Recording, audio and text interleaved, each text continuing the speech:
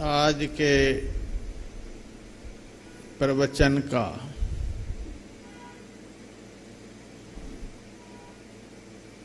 मुख्य विषय गुरु की महिमा है।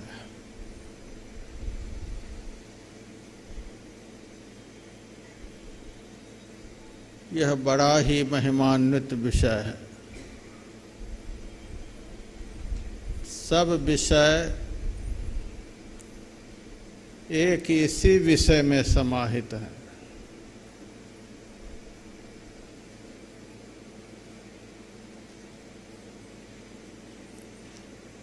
धर्मशास्त्रों में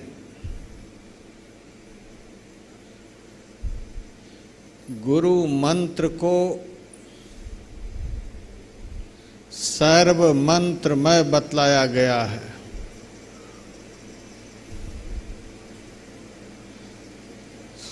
सभी मंत्र गुरु मंत्र में समाहित है और गुरु के रूप को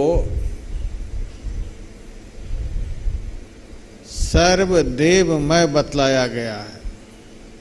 सर्वदेवमयो गुरु। इसका क्या मतलब हुआ? सर्व मंत्रमय और सर्वदेवमय। इसका मतलब यह हुआ, जो भक्त, जो साधक गुरु मंत्र का जप करता है, उसको ईश्वर संबंधित सभी मंत्रों को जपने का फल प्राप्त हो जाता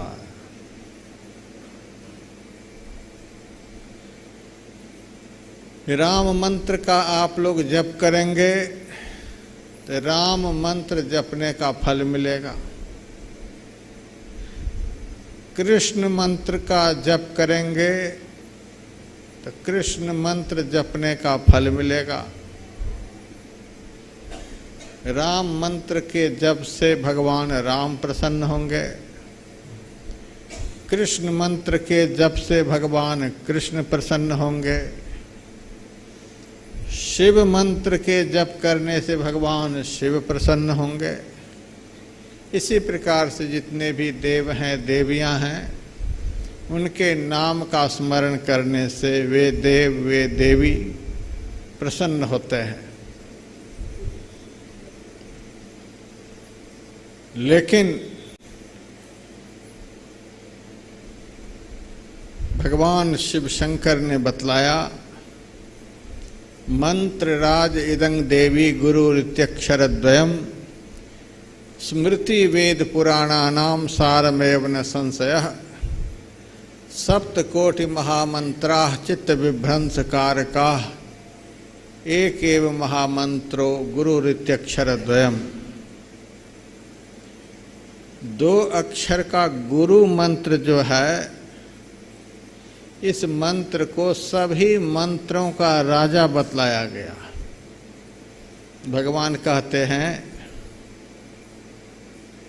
वेद पुराण उपनिषद का यह सार वचन है। मंत्र बोलेंगे गुरु,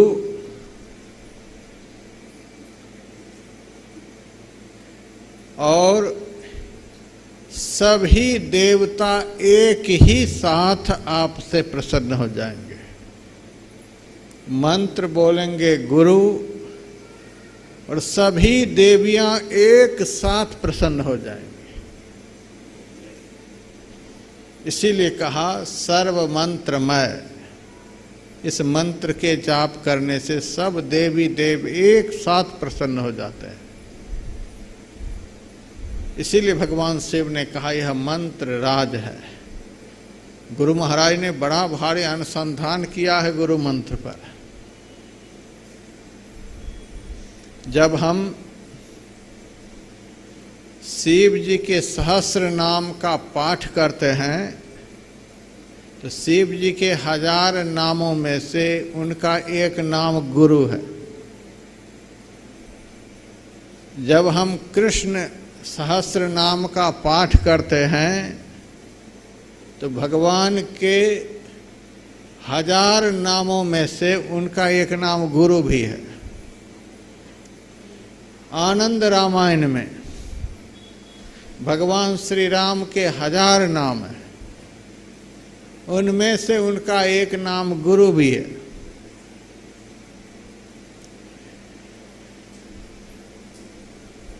विष्णु सहस्र नाम में विष्णु भगवान के 1000 नाम हैं। भगवान के 1000 नामों में से उनका एक नाम गुरु भी है। आप लोग जिन जिन भगवान का नाम मैंने बताया, उन नामों का पाठ करेंगे तो देखेंगे उन देवों का 1000 नाम में से एक नाम गुरु भी है। इसीलिए भगवान शिव ने गुरु गीता में कहा, मंत्र राज इदं देवी, यह सभी मंत्रों का राजा है। गुरु मंत्र का जप करने से राम मंत्र जपने का फल, कृष्ण मंत्र जपने का फल, शिव मंत्र जपने का फल, विष्णु मंत्र जपने का फल प्राप्त होता है। गायत्री मंत्र की धर्म ग्रंथों में बड़ी चर्चा है। मैंने गायत्री माता के सहस्र नाम का पाठ किया। गायत्री माता के 1000 नामों में से एक नाम है गुरुड़ पत्नी। गुरु की पत्नी गायत्री है। एक नाम गायत्री का है गुरुड़ गिरा। पहुँचे हुए संत सद्गुरु के मुँह से शिष्य के लिए जो वचन निकलते हैं, उपदेश निकलते हैं, वह गायत्री के समान होते हैं। गायत्री का अर्थ होता है गयांत्रायतीत इति गायत्री। जिस मंत्र के गायन करने से गायन करने वाले का त्राण हो जाए, कल्याण हो जाए, उसी को गायत्री कहते हैं। लेकिन गायत्री सहस्र नाम में एक नाम जो आया, गुरुड़ गिरा। गुरु के मुंह से शिष्य के लिए जो वचन निकलता है, वह वचन महाकल्याणकारी होता है। यदि उस वचन का शिष्य अच्छी तरह से पालन करे तो उस शिष्य का कभी भी अकल्याण हो नहीं सकता है। इसीलिए कहा गुरुड़ गिरा। पुराणों में प्रसंग आता है, एक राजा थे, सुद्युम्न।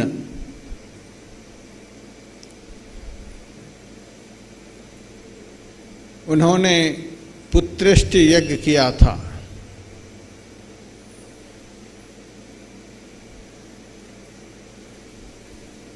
यज्ञ की समाप्ति के अवसर पर महाराज सुद्युम्न की पत्नी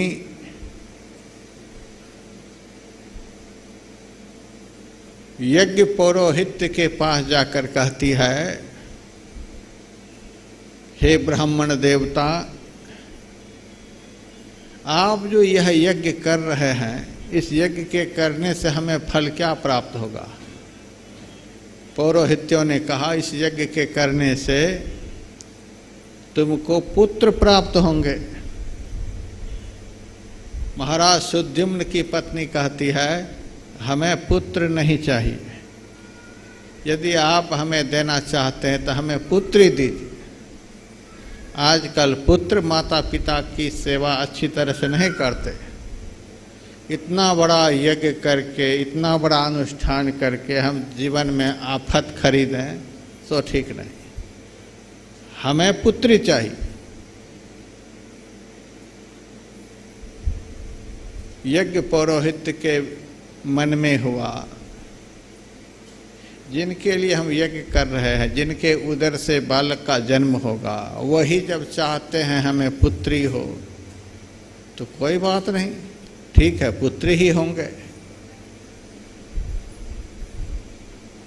और अभिमंत्रित करके यज्ञ पौरोहित्यों ने सुद्युम्न महाराज की पत्नी को जल पिला दिया। उस जल के पीने से गर्भ रहा और समय पर पुत्र की जगह पुत्री का जन्म हुआ। महाराज सुद्युम्न को जब पता चला कि हमारे घर में पुत्री का जन्म हुआ है, उनको बड़ा भारी संताप हुआ। हमने इतना खर्च किया, इतना बड़ा अनुष्ठान किया और इस अनुष्ठान का उल्टा फल हमें प्राप्त हो गया। पुत्र की जगह पुत्री हो गई। गुरु वशिष्ठ जी के पास गए और उनसे कहा, हे गुरुदेव, इस वंश के जितने राजा हुए सब एक निष्ठ गुरु भक्त हुए। आपको छोड़कर हम किसी भी देवी देवता को नहीं मानते हैं और आप कैसे सद्गुरु की सेवा करने का यही उल्टा फल हमें प्राप्त हुआ। पुत्र की जगह हमें पुत्री की प्राप्ति हो गई। मुहर के जितने भी अक्षर होते हैं सारे उल्टे उल्टे होते हैं, लेकिन जब कागज पर उस अक्षर को चिपकाया जाता है, मुहर को चिपकाया जाता है, तो सारे अक्षर सीधे हो जाते हैं। उसी तरह से जितने भी उल्टे भाग्य वाले लोग हैं, पहुँचे हुए संत सद्गुरु की शरण में जाने से सबके भाग्य सीधे हो जाते हैं। पलटू लिखा नसीब के संत देते हैं फेर, सांच नहीं दिल आपनो ताते लागी देर। ऐसी महिमा मैंने गुरु की सुनी है और हमारे वंश के सारे राजाओं ने आपकी सेवा की और हमें गुरु सेवा का उल्टा फल प्राप्त हुआ। गुरु वशिष्ठ जी के मन में भी बड़ा भारी संताप हुआ। ऐसा कैसे हो गया? यज्ञ पौरोहित्यों से जाकर गुरु वशिष्ठ जी ने पूछा, यज्ञ का उल्टा परिणाम कैसे हुआ सो बताओ। यज्ञ पौरोहित्यों ने कहा, आप महाराज की धर्म पत्नी से जाकर के पूछें। मैं तो उनके लिए पुत्र ही चाहता था, लेकिन उन्होंने यज्ञ की समाप्ति पर पुत्री की याचना की। हमें पुत्र नहीं चाहिए, पुत्री चाहिए। तो मैंने जल को अभिमंत्रित पुत्री के उद्देश्य से किया और वह जल पिला दिया। इसी से पुत्री की प्राप्ति हुई है। इसमें हम लोगों का कोई दोष नहीं, यज्ञ का कोई दोष नहीं, आपका कोई दोष नहीं है। सुद्युम्न जी महाराज ने यज्ञ पौरोहित्यों से कहा, हमसे तो आपने नहीं पूछा, यज्ञ तो हम कर रहे थे। यज्ञ पौरोहित्यों ने कहा, जिनके उदर से बालक का जन्म होता, उन्होंने ही आकर के हमसे प्रार्थना की, हम क्या कर सकते हैं। गुरु वशिष्ठ जी ने कहा, राजा बताओ अब हम क्या कर सकते हैं। सुद्युम्न जी महाराज कहते हैं, कुछ भी हो, गुरु की सेवा का उल्टा फल हमें नहीं मिलना चाहिए। हमारी पत्नी बोल गई, इससे क्या होता है, यज्ञ तो हम कर रहे थे, हमें उल्टा फल नहीं मिलना चाहिए। गुरु वशिष्ठ जी धर्म संकट में पड़ गए और उन्होंने कहा कि चलो कोई बात नहीं। और उन्होंने ध्यान किया, भगवान से प्रार्थना की।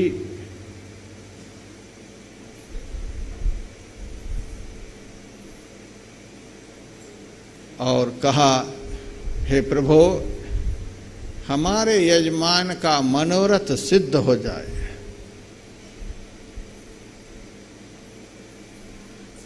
और आकाशवाणी हुई कि महाराज सुद्युम्न जी की यही पुत्री पुत्र हो जाए। श्रीमद् भागवत महापुराण के 9वें स्कंद में यह प्रसंग है। गुरु वशिष्ठ जी ने अपने तपोबल से पुत्री को पुत्र बना दिया। शिष्य के मनोरथ को पूर्ण कर दिया।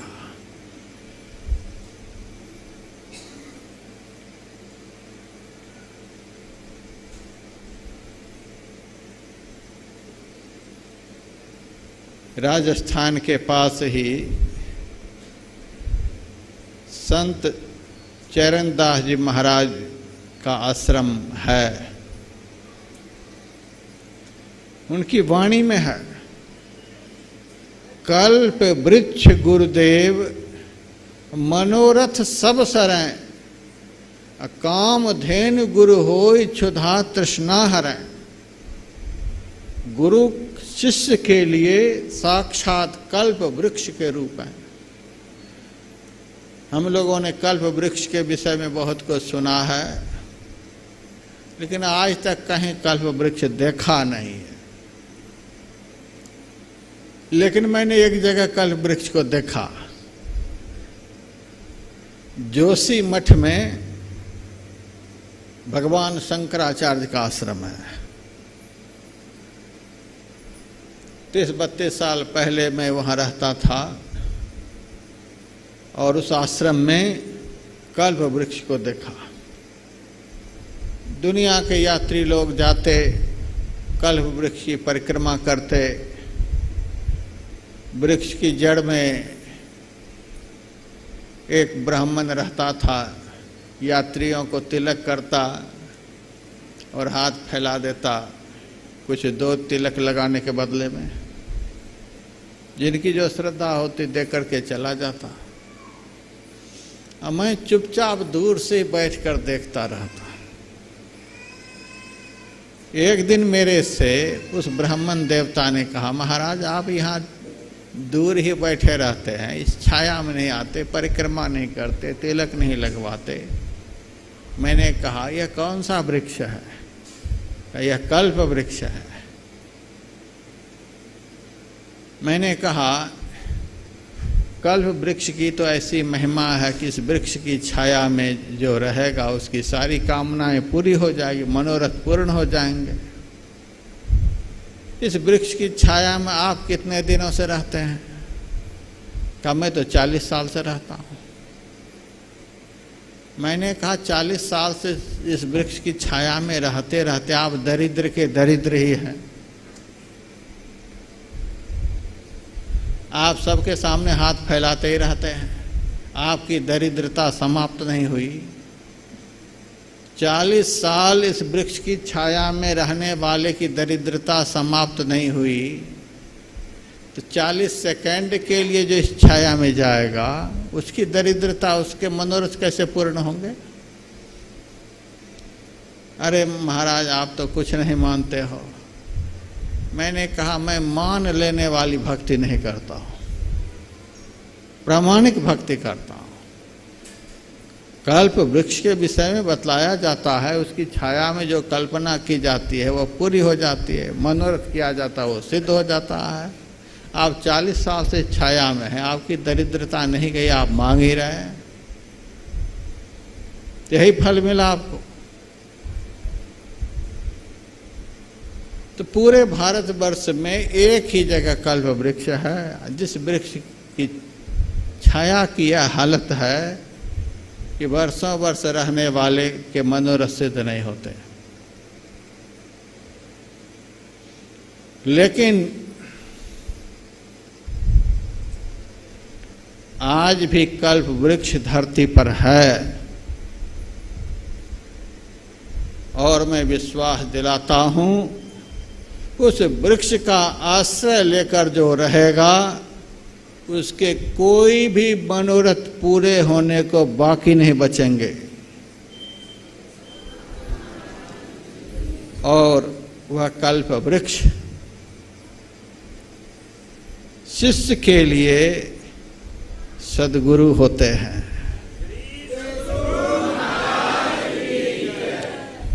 मैंने दृष्टांत देकर के बताया कि महाराज सुद्युम्न के घर में पुत्र की प्राप्ति हुई, लेकिन गुरु वशिष्ठ जी ने उनके मनोरथ को सिद्ध करने के लिए उसी पुत्री को पुत्र बना दिया। फिर यह कथा आगे बढ़ती है, शिव जी का शाप हुआ उस पुत्र को, फिर से वह बालक पुत्री के रूप में हो गया, नारी रूप हो गया। फिर महाराज सुद्युम्न घबराए, गुरु वशिष्ठ जी की शरण में गए। महाराज वह बालक फिर नारी रूप हो गया।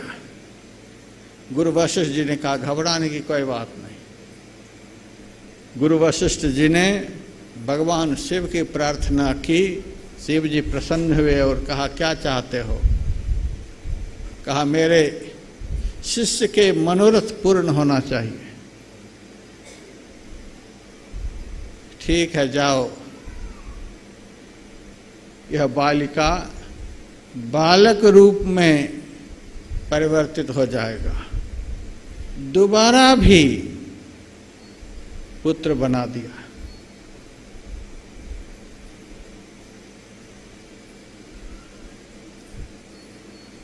दैत्यराज बलि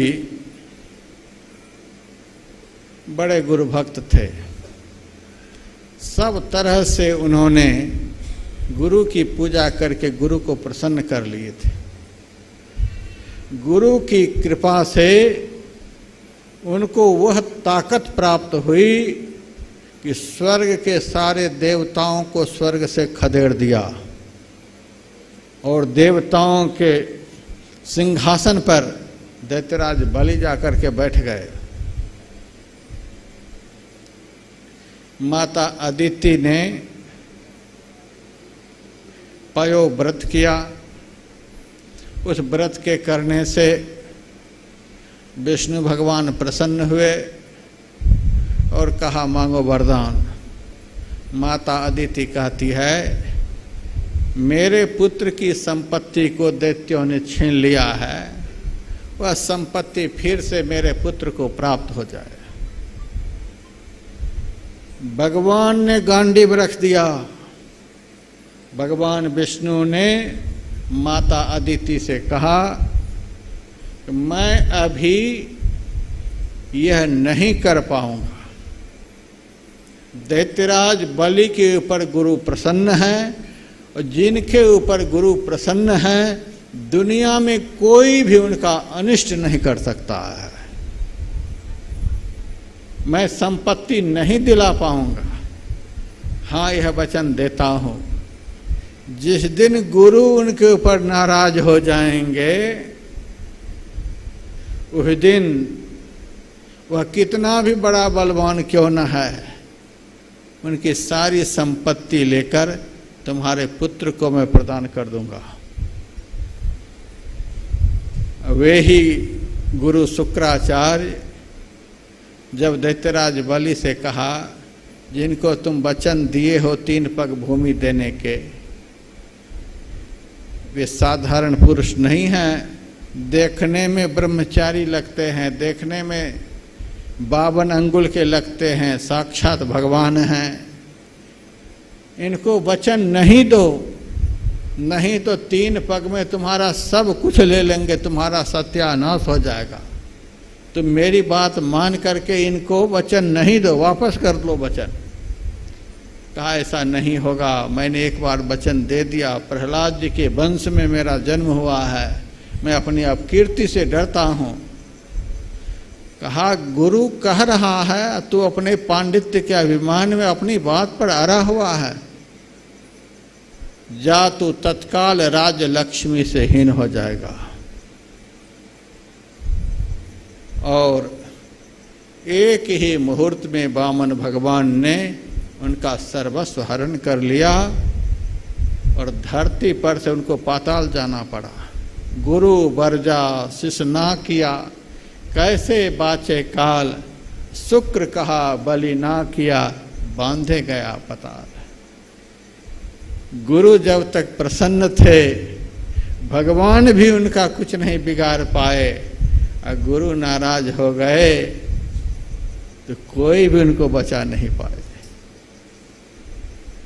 तो शिष्य के लिए गुरु जो होते हैं कल्प वृक्ष के समान होते हैं। भले ही आजकल कल्प वृक्ष नहीं दिखलाई देते हैं, लेकिन मेरा विश्वास है, शास्त्र वचन पर मेरा विश्वास है, संत वचन पर मेरा विश्वास है, जितने लोग गुरु को मानने वाले हैं, जितने लोगों के अंदर गुरु के प्रति श्रद्धा की भावना है, वे समझ लें कि हम सब के सब कल्प वृक्ष की छाया में हैं। हमारे मनोरथ जरूर पूर्ण होंगे। कामधेनु गुरु होय क्षुधा तृष्णा हरै। बहुत लोग अपनी गाय का नाम कामधेनु रख लेते हैं, लेकिन उनकी एक भी इच्छा पूरी नहीं होती है। एक इच्छा पूरी नहीं होती, दूसरी इच्छा तैयार, दूसरी इच्छा पूरी नहीं होती, तीसरी इच्छा तैयार। इच्छा के बसीभूत दिन रात हाय हाय करते रहते हैं। बहुत आश्रमों में कामधेनु नामक गाय है, लेकिन उस आश्रमधारी की स्थिति जाकर के देख सकते हैं किस कदर वे हाय हाय कर रहे हैं। चरणदास जी महाराज कहते हैं, कामधेनु गुरु होहि क्षुधा हरि लेबहि। शिष्य के लिए गुरु जो होते हैं वे ही कामधेनु गाय के समान होता है। आज भी कामधेनु गाय है, वे गुरु के रूप में। जिनके जीवन में गुरु, वे आज कामधेनु गाय के आश्रित हैं, उनके मनोरथ अवश्य सिद्ध होंगे। गुरु ही शेष महेश तो ही चेतन करें, गुरु ब्रह्मा गुरु विष्णु होए खाली भरें। गुरु को चरणदास जी महाराज ने ब्रह्मा का रूप बताया, शिव का रूप बताया, विष्णु का रूप बताया, शेष का रूप बताया। मैं एक जगह प्रवचन में सुना रहा था, गुरुर् ब्रह्मा गुरुर् विष्णु गुरुर्देवो महेश्वर गुरु साक्षात परब्रह्म तस्मै श्री गुरुवे नमः। एक आदमी उठकर खड़े हो गए, महाराज आप एक बात किया करो, हम लोगों को मूर्ख मत बनाओ। या तो गुरु को ब्रह्मा का रूप बताओ, या विष्णु का रूप बताओ, या शिव का रूप बताओ। और आप कह रहे हैं गुरु ब्रह्मा भी हैं, गुरु विष्णु भी हैं, गुरु शिव भी हैं। एक आदमी तीनों कैसे हो जाएंगे? एक आदमी एक ही तो होंगे। कलेक्टर भी वही होंगे, एसपी भी वही होंगे, इंस्पेक्टर भी वही होंगे, डायरेक्टर भी होंगे। ऐसा कैसे हो जाएगा? मैंने उनसे कहा, हमारी जन्मभूमि पर एक मुस्लिम रहता था, बड़ा धार्मिक प्रवृत्ति का था। जब नाटक होता था गांव में, तो वह भी नाटक में शामिल होता था। उनको मेघनाद बनने के लिए कह दिया जाता था तो मेघनाद बन जाता था। और कभी कभी उनको रावण बनने के लिए कह दिया जाता था तो रावण भी बन जाता था। और राम का रोल अदा करने के लिए कहा जाता था तो राम का रोल भी अदा करके दिखला देता था। एक मुस्लिम जो भी रोल अदा करने के लिए कहे सब रोल खूब अच्छी तरह से अदा करके दिखलाता था। मैंने कहा एक मुस्लिम सब कुछ खाने पीने वाला इतना कलाकार कि सब रोल अदा करके दिखलाता है, सबको खुश कर देता है और आत्मोन्नति के शिखर पर पहुंचे हुए संत जिनकी मुट्ठी में ईश्वरी सारी शक्ति होती है, ऐसे संत सद्गुरु यदि अपने शिष्य के लिए ब्रह्मा का रोल अदा कर रहे हैं, अपने शिष्य के लिए विष्णु का रोल अदा कर रहे हैं, अपने शिष्य के लिए शिव का रोल अदा कर रहे हैं, यह कौन बड़ी बात है। भगवान कृष्ण का वचन एकादश स्कंद में है, सर्ववेदमयो विप्रः सर्वदेवमयो गुरु।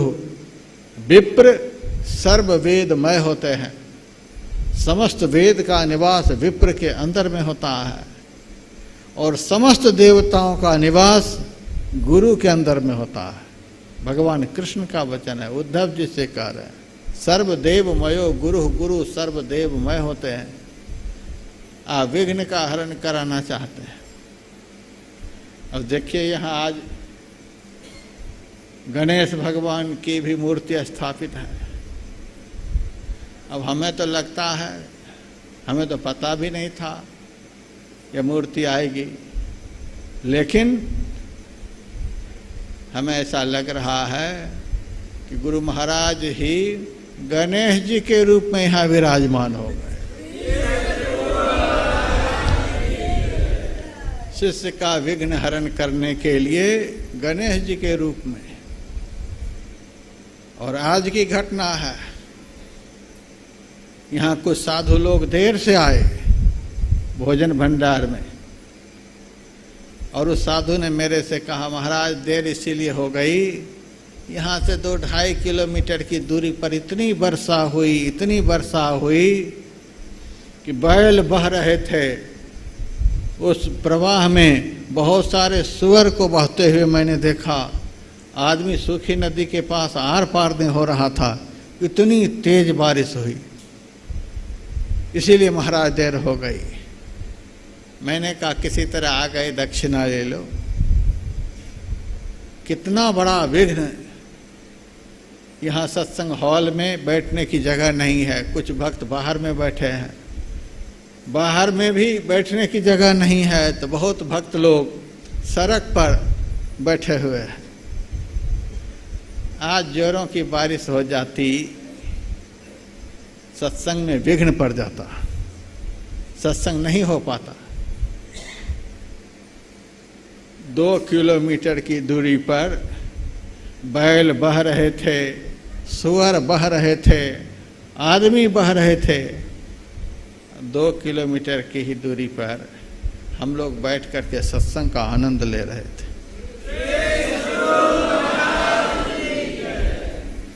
तो गणेश जी के रूप में गुरु महाराज यहाँ विराजमान हो गए, विघ्न का हरण हो गया।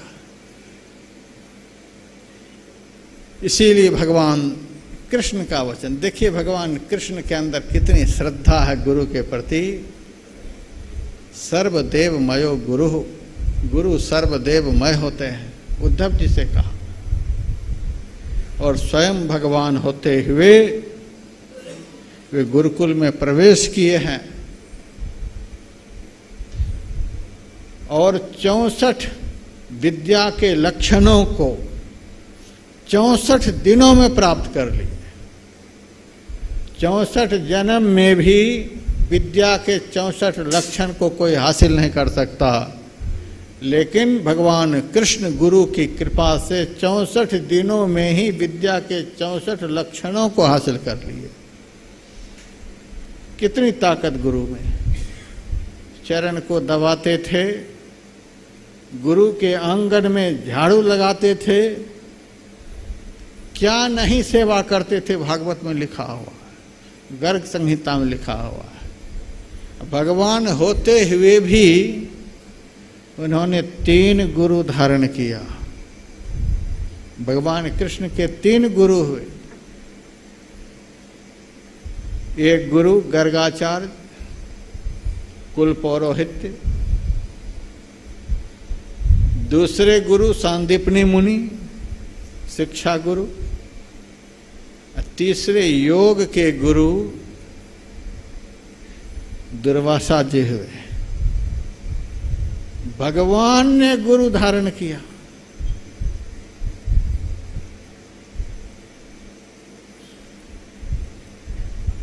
भगवान भी गुरु की कृपा के बिना संसार में भगवान नहीं कहला सकते। भगवान बनाने वाले कलाकार यदि धरती पर कोई हैं तो वे सद्गुरु हैं।